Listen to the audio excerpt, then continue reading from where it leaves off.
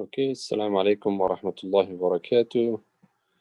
My dear, respected youngsters, I greet you all with the greeting of peace, the greeting of Islam. Assalamu alaikum wa rahmatullahi wa barakatuh. I ask Allah subhanahu wa ta'ala that you're all doing well. Welcome to our weekly special edition of the Children Halaqah.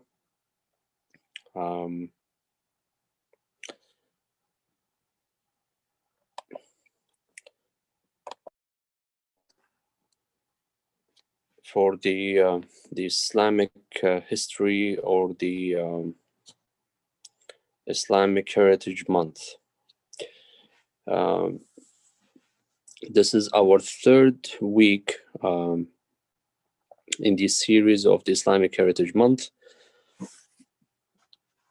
2 weeks ago, we started talking about the importance of history and why we are supposed to focus on knowing our past and what is history and the importance of Islamic history and so on and so forth. I'm sure that many of you remember that, those of you who were with us. And then from last week, we started talking about the different, basically, great scholars and the great inventions. Last week, I'm not sure anybody of the youth and the children who are here with us, does anybody remember who did we talk about last week? You can just click on your mic and mute yourself and simply just give me your answer. Does anyone remember which Muslim scientist or scholar did we talk about last week? I will give you a hint. His first name is the same as our Prophet.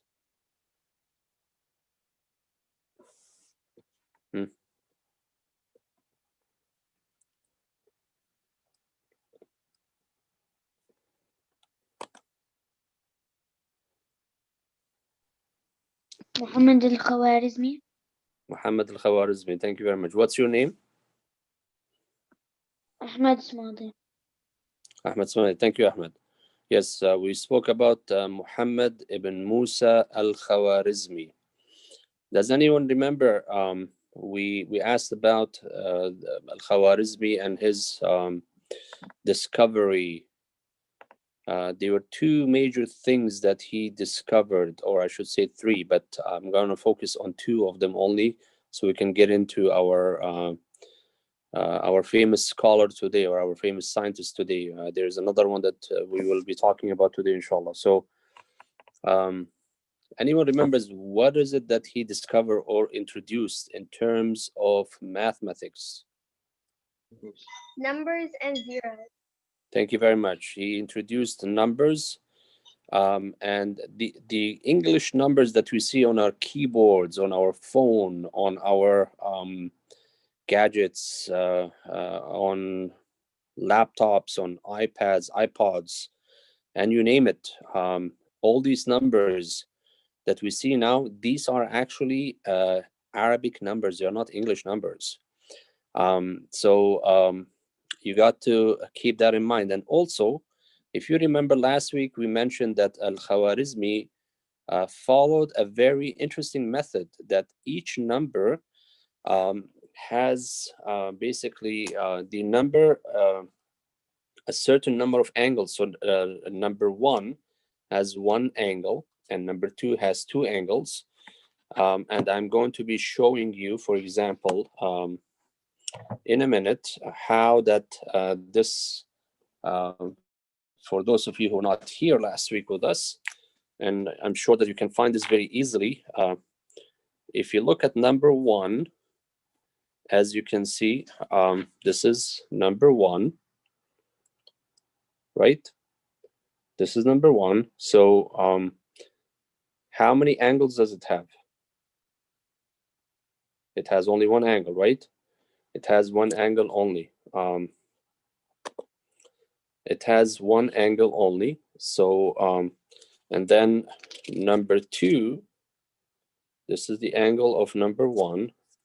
And then number 2, if we write it in a number 2, as you can see here, it looks like a Z. Number 2 has 2 angles, which is one is here and one is here.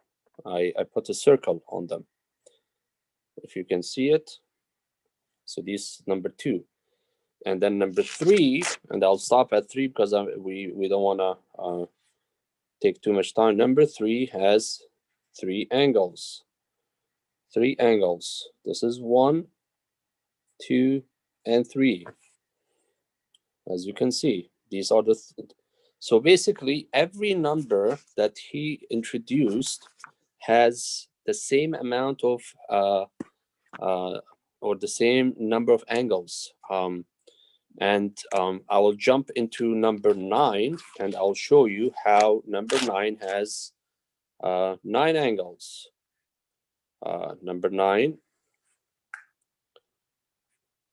This is number 9. If you draw or write number 9 like this, you will see that it has 9 angles.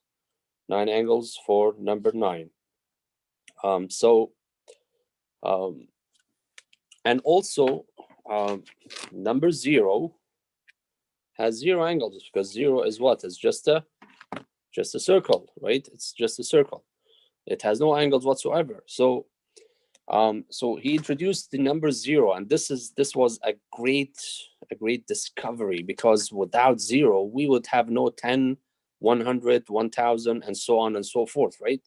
And without 0, like we mentioned last week, if you remember, we would have not had any of the electronics that we have nowadays. Look at this. This is something amazing. We would have not had any of the electronics, the computers, the gadgets, the iPads, the desktops, the airplanes with all these electronics, the new generations of vehicles, of digital phones, digital televisions, and the Xbox, and also the PS3 and 4 and all that stuff, right? Because all of these are based on what? On programming, and the base of all this is what? 0 and 1. And without the 0, we would have not had any of this, all these E's. So all this goes back to who? To this scientist named Muhammad ibn Musa al-Khwarizmi, who discovered number 0. Also, he introduced something called algorithm. It's something that you will learn later on in your, inshallah ta'ala, in your higher level of studies. Today, we'll be talking about another Muslim scientist. He is known as Ibn Nafis. Okay, his name is, or his title, among many other titles that he had, is Ibn Nafis. Ibn Nafis, his real name is Ala ad-Din Ali. Ala ad-Din Ali ibn Abi al-Hazm al-Qarshi. He was born, I'm going to be asking you again, so pay attention. So his real name is what? Ala ad-Din Ali. Remember that. Ala ad-Din Ali. That's his real name. He was a great Muslim scientist that was born in the year 1213 in the Gregorian calendar, and 607 in the Islamic Hijri calendar. So he was born approximately 607 years after the day or the time that Prophet Muhammad SAW migrated from Mecca to Medina. Okay, so he was born in the year 1213. Remember, it's easy. 1213. Don't forget that date. 1213. and in the Hijri it's 607. Okay. Where was he born? He was born in a small town called Al-Qarashiyah, and it is basically the suburbs of Damascus, the capital of Syria nowadays. Okay. um, when he was growing up, from the time he started basically attending school, and the schools were not like these schools that we have nowadays. Okay, going and sitting on a chair and all that stuff, and blackboards and whiteboards and iPads and all that stuff. You will be surprised that despite the fact that he will become eventually the most renowned scholar in the area of medicine, Ibn al-Nafis, in his childhood and his young age, he actually studied, guess what? Do you want to guess what did he study? Something that probably for most of us it has nothing to do with medicine. Just take a guess. It has nothing Blood to do with circulation. blood circulation. That's medicine. I'm talking about his in his early ages, when he was a child, when he was a young boy. What did he study? To the surprise of most of us, he studied the Quran. He studied the Quran and he studied the Arabic language. And he was an excellent, he was excellent in the Arabic language art, and he studied fiqh. So and he studied hadith. He memorized a lot of hadith. He studied tafsir, and he studied the fiqh in the madhab or the method of Imam Shafi'i. May Allah subhanahu wa ta'ala have mercy upon him. So he was a very smart, intelligent person. A lot of people nowadays, and this is something I want to just touch upon here, a lot of people think that, oh, you know what? If I study Quran and Arabic and Islamic studies, I can't become a doctor. I cannot become a scientist. Well, guess what? Ibn Nafis proves that's absolutely wrong, because he was a very learned, a very knowledgeable young man in all these areas, in the Arabic language, in fiqh, in Islamic studies, in hadith, in tafsir al-Quran. I said he studied the Quran. Um, and despite that, he became basically the most famous surgeon and the most famous doctor of his times. And he studied, we will see some more details about that. He didn't only study, science and medicine, but he also, read a lot. Reading is something very important for us as Muslims. And if you want to know how important reading is, where do you think the answer to that is? How do we know, or what tells us that reading is the most important thing in learning and in gaining knowledge? Can someone give me an answer? The Quran. The Quran. Where in the Quran does it say that? Someone else. Thank you very much for your answer. Huh? Anyone else? In a surah. From Surah Al-Alaq, the first revelation that came to the Prophet Muhammad SAW. The first revelation. If you gave me an answer, please make sure that you click on your mic when I ask a question, and give the answer. And if you have raised your hand, please click on it again, so that it doesn't stay up. Um, and just for the sake of time, you can just click on your mic and give me the answer. So the first revelation, the first ayah that was revealed to the Prophet Muhammad was what? Iqra. Iqra.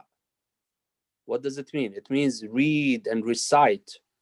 Because without reading, you don't know. You will not learn. You will not be able to get anywhere. If you remember, a few months ago in Ramadan, we were talking about this, about the importance of reading. Um, and we mentioned that how important reading is, um, to operate, for example, a machine, or a new, for example, gadget that we buy, or a TV, or anything, right? Or setting up a bed or a chair that we buy, right? That we purchase. You have to read the manual. You have to see, if something goes wrong with your new, for example, a new device. In order to fix it, you have to do troubleshooting. Where is it? It's in the user's manual. How are you going to do it? You're going to read the steps, follow the steps and read it. And that's what the Quran tells us. That's what Allah told the Prophet ﷺ, that we have to read. So Ibn Nafis was someone who loved reading, who was reading a lot, and he read in all areas, in religion, in the Arabic language, and he also read about philosophy. He read. He was very enthusiastic about many different areas, and he read about basically logic. And one of his most famous teachers in the area of medicine was a man, or a doctor at that time, named Muhadhab ad-Din Abdul Rahim. His name was Muhadhab ad-Din Abdul Rahim. And he, the first time he started learning in medicine. And by the way, back then you probably would think that this is this is probably unbelievable. We are talking about almost 800 years ago or more, because he was born in the year 1213. Remember that number, 1213.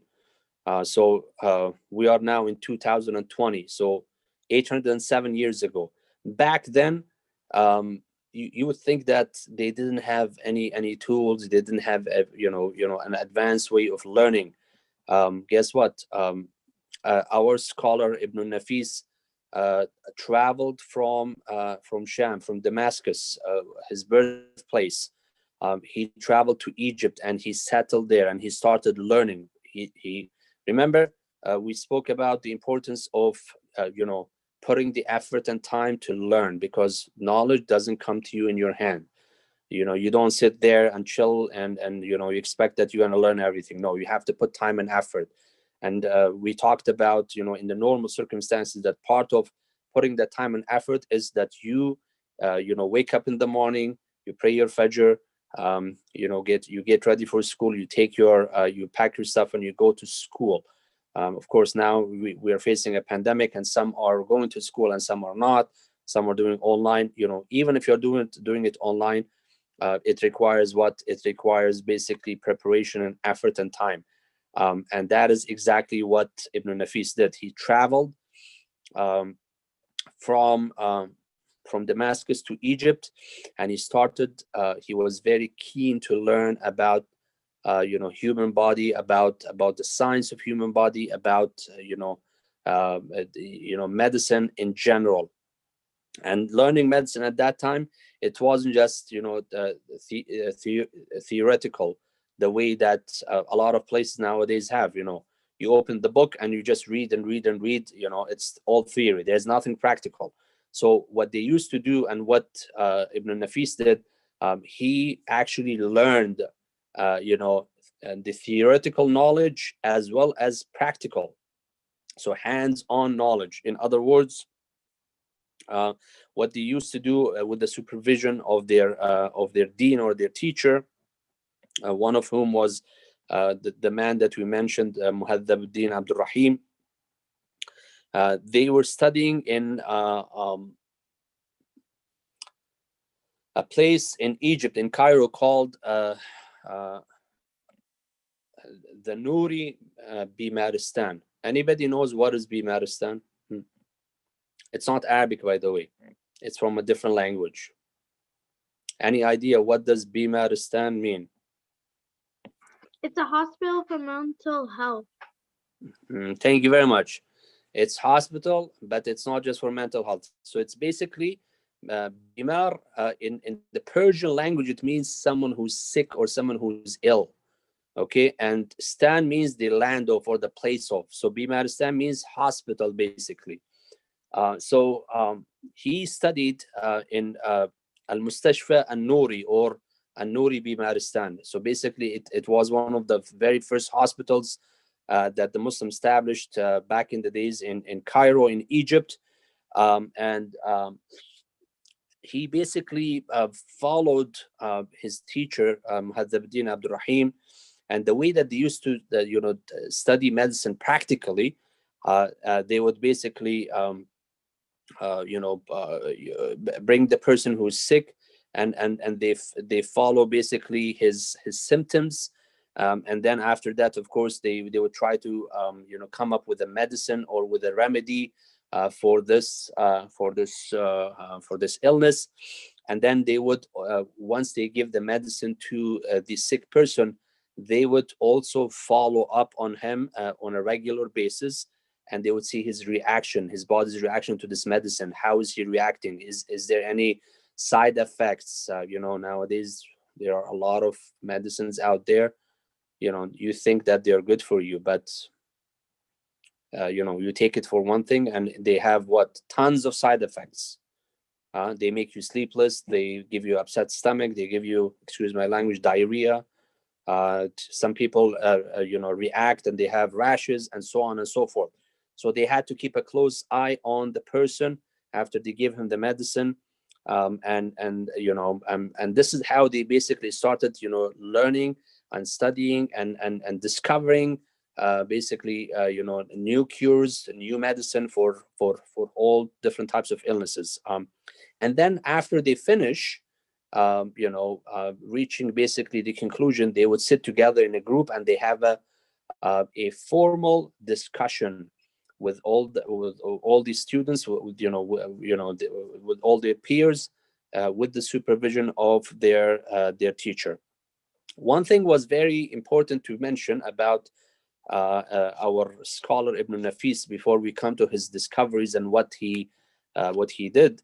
Ibn Nafis,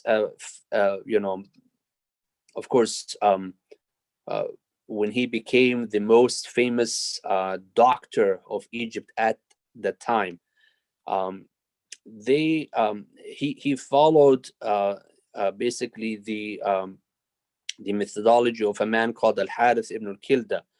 Harith ibn al-Kilda, I want you to remember this name. Harith ibn al-Kilda was basically more or less a doctor, or a wise man who was excelled in the area of medicine, who lived around the time of the Prophet Muhammad sallallahu alaihi wasallam. So what was his methodology?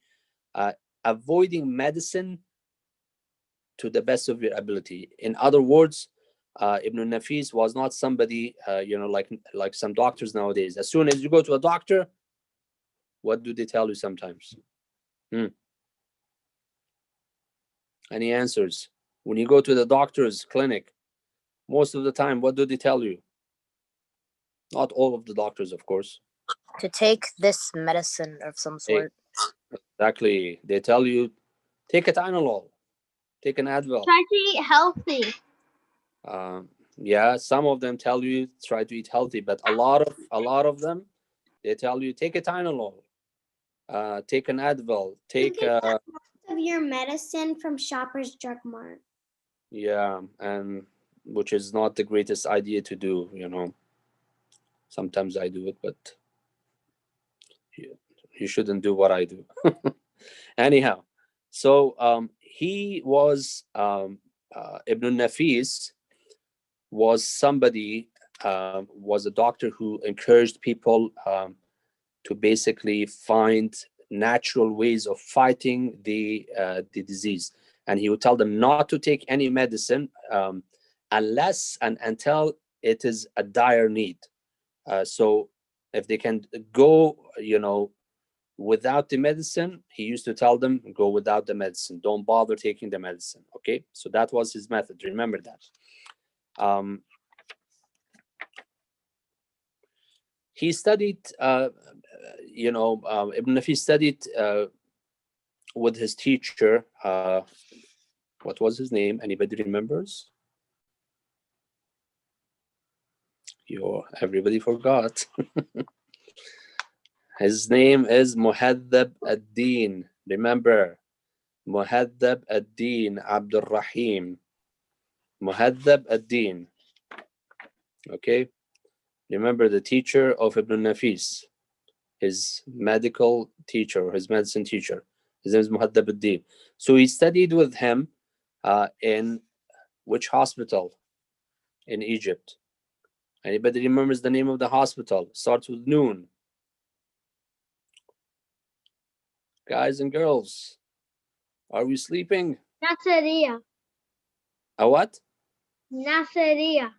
Not in Nasiriya. No, Nasiriya was a hospital that he actually, became in charge of. This hospital that he studied in was called Al-Mustashfa Nouri. Remember, Nouri. A Nouri hospital, or Bimaristan, the place of the sick people or the people who are ill. Okay. So he studied for 10 years. Remember this, 10 years. Okay. He studied with his teacher. Okay.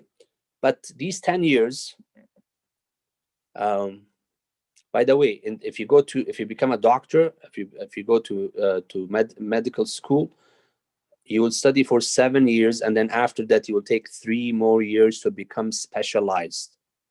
Okay. But for Ibn Nafis, that was not enough. Again, Ibn Nafis was born in a town called Qarsha near Damascus in year 1213. Don't forget that. In the year 1213 or 607. He studied medicine in Egypt, in Cairo, for 10 years, and that was not enough for him. So he started basically digging deeper into the Greek methodology and the Greek ancient Greek medicine, and he started basically reading and interpreting and explaining the books of Ibn Sina and the Razi. Those were Muslim and Arab scholars or scientists who lived basically around 3 or 4 centuries before Ibn Nafis. Okay, and he basically not just studied these books, he memorized them. And do you know why he had a very strong memory? Any idea? Why was he a genius? Don't tell me he was born like a genius. Because he memorized the Quran. Yes, because he memorized the Quran, because he studied the Hadith, because he studied the Arabic language. Okay. So he memorized basically these books. And by the way, when I say books, it's not a one book. These books were basically like references, like, they had 50, 60, some of them 100 volumes. And each volume is as thick as this. They were huge volumes. So he would study them and he would take notes and he would memorize them. And so, in other words, he became basically an icon in medicine. He became an icon in medicine at his time. And some of the titles that people gave him at that time, of course, one of them is Ibn Nafis, and he was also called the icon of medicine, and he was also called or he was given the title of the genius doctor, the head of or the master of medicine, the master of doctors, and so on and so forth. In the year 671, something very bad happened in Egypt. Okay, what happened? There was a epidemic, or I should say pandemic, something similar to what we are facing nowadays, the coronavirus. Okay, something very. What did you say? I couldn't hear you. Sorry. The blackbird. The Black Plague? The Black Bird? What's the Black Bird? The plague. The plague. Okay, yes. The So there was plague. a, yep. There was a plague, basically. Okay. There was a plague. So what happened is that thousands of people were dying. So uh, our doctor, our scientist, Ibn Nafis, worked tirelessly for 6 months in his medical school, and he started, with the team of doctors who helped him, and they basically managed to come up with a plan to contain this, basically, this plague, and they saved the lives of thousands of people. They saved the lives of thousands of people. So at that time, the Sultan, his name was Sultan Qalawun. He, first of all, he gave him the title of the Master Doctor of Egypt, and then after that, he also, subhanallah, look at this, yani, he honored him because of his great work.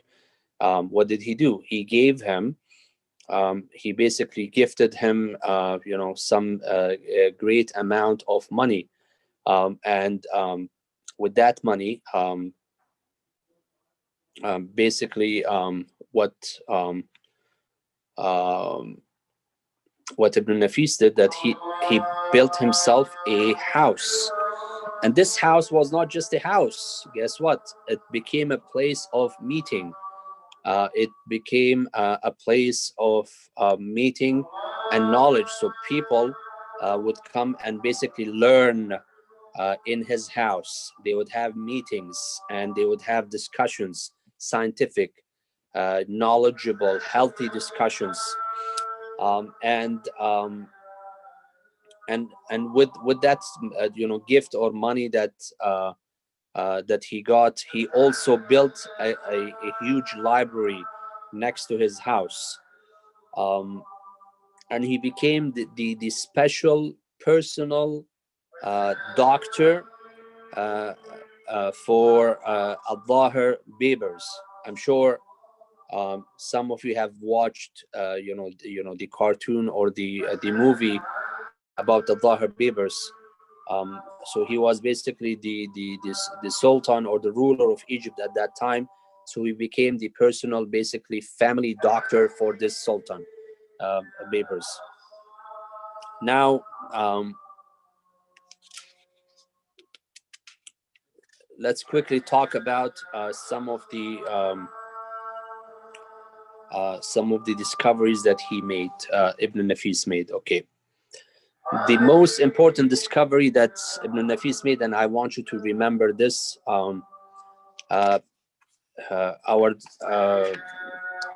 Our scientist, or our doctor, Alauddin Ali, who's known as Ibn Nafis. Remember his name. Born in 1213 in Damascus. He basically discovered, probably, I would say, around 400 years before William Harvey. He discovered what? He discovered the pulmonary circulation, or the pulmonary blood circulation in the human body. A lot of people teach nowadays falsely that it was William Harvey who discovered the pulmonary blood circulation in the human body, but in fact, if you dig into the references into the books, you will find out that it was actually our scientist, the Muslim scientist Ibn Nafis, who discovered this almost 400 years, 4 centuries before William Harvey, in the year 1242. So basically, he discovered that the blood goes out from the heart, the blood that has the the carbon dioxide, and it goes to the lungs, and then it gets cleansed. Because we breathe the oxygen, and that oxygen basically cleanses the blood, and is basically carried with is carried with the blood. So it goes back to the heart after that. That blood goes back to the heart, and from the heart it basically the blood delivers the oxygen all over the body. So it was Ibn Nafis who discovered the pulmonary blood circulation in the human body in the year 1242. You need to keep that in mind, and inshallah ta'ala, when you go to school in your science class, or if you're doing it online, mention this about our scientist, our scholar Ala-ad-Din Ali ibn Nafis, that he is the one who discovered the pulmonary blood circulation of the human body. He also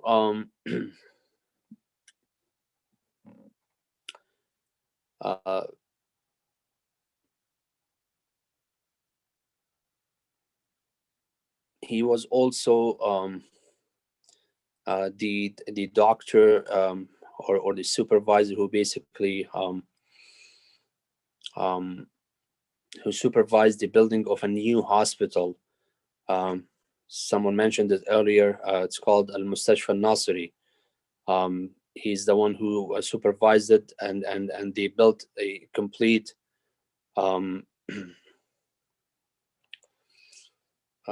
somebody's typing something in the chat box.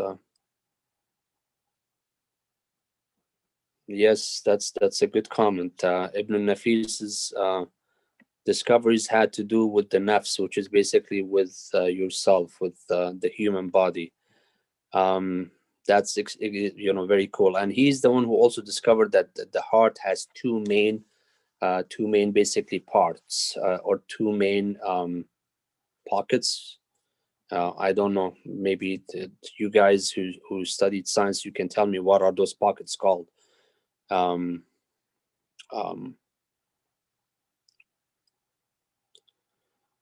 Yes, and also nafis or nafs is is part of nafas, which means breathing.